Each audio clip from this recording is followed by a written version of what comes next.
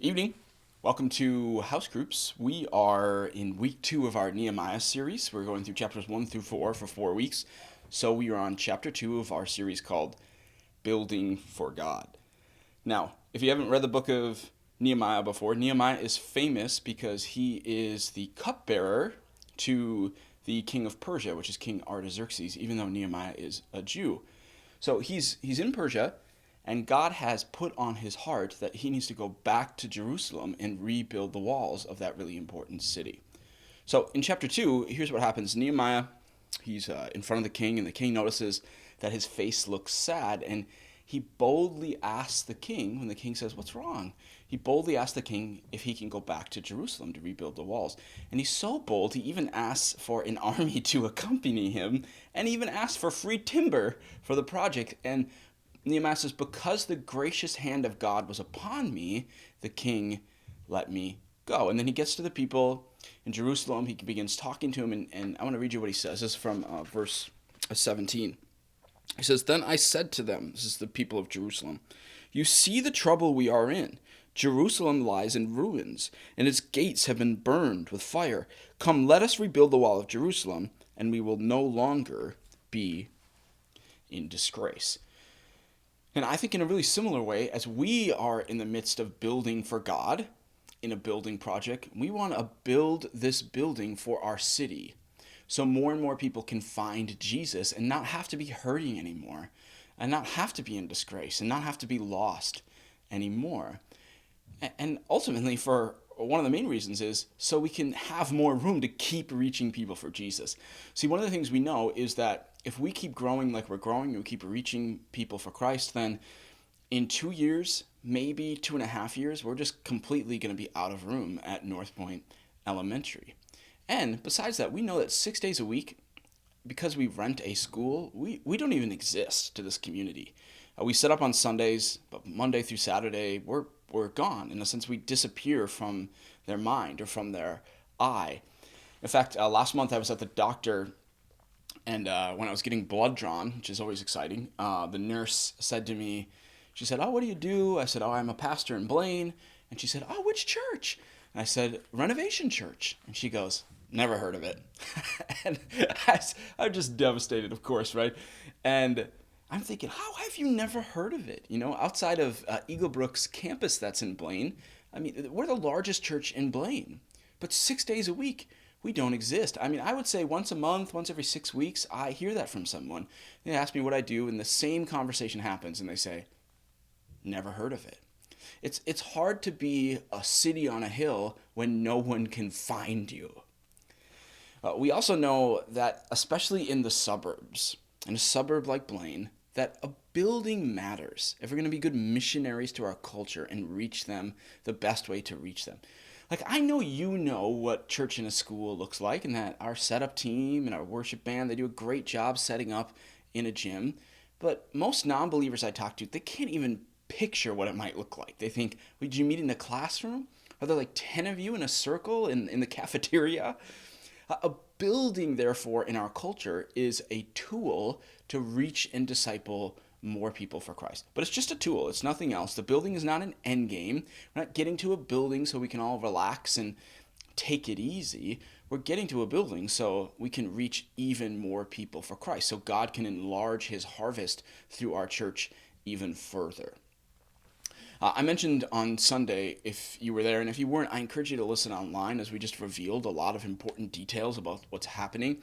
But I mentioned that in order for us to secure a loan so we can break ground in just 4 months in March, our bank is requiring us to raise an additional $210,000 in pledges.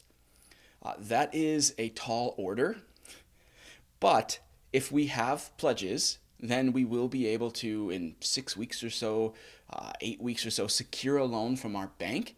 And then at the end of winter, we'll be able to break ground on our building, which is amazing.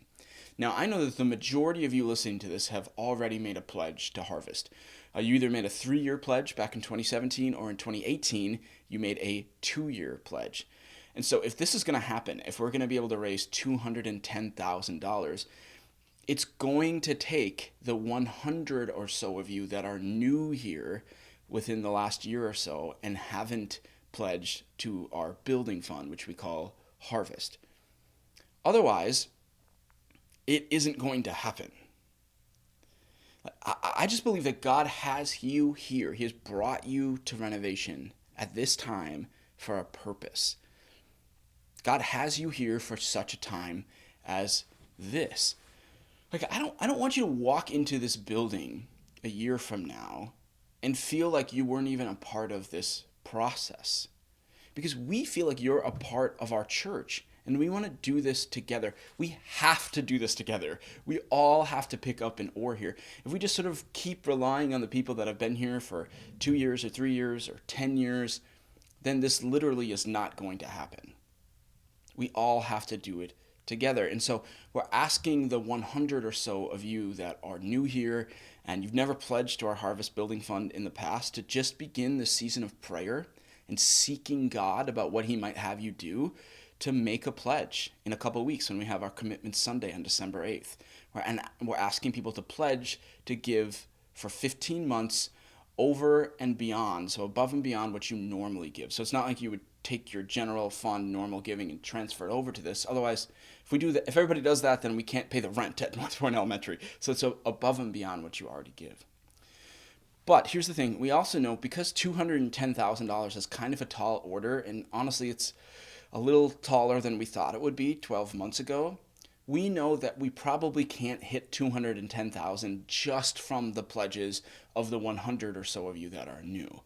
And so we're asking everybody who's already pledged for 2 years or for 3 years to extend your pledge by 3 additional months. And so what that means is, for those of you who already pledged to Harvest, your pledge period was set to end at the end of November a year from now, so November 2020. And what we're asking of all of you who have already pledged is that you would extend your pledge for 3 additional months beyond what it was set for. So that just means that you would also be giving during the months of December 2020, January 21, and then February 21. So basically, if you already have been giving monthly and you're kind of used to it for 24 months or 36 months, we're just saying, would you keep doing it for 3 more months? And we believe that if almost all of you do that, we believe that that combined with the new pledges should get us to this tall order of $210,000. But honestly, we just need God. We need to pray. We are so close. We've been working on this for so long. And we need to pray and trust in God that he can get us there. So begin praying about it. If you're married, start talking to your spouse about it. And then, we're going to turn in pledges in just a couple weeks already on Sunday, December 8th. Keep engaging with us. Come to church next Sunday. This next Sunday, we're showing an amazingly cool fly-through. It goes through the building. You can see what the inside of the building looks like. And then be back at house groups next week. I'm coming to all 9 house groups next week to do a live Q&A. You can ask me anything you want about this process, about the money, about the building. We just want to be completely transparent and answer any of the questions you may have about this process. So thank you for your heart for this church and what God's doing. And let's just keep praying that he moves. Amen.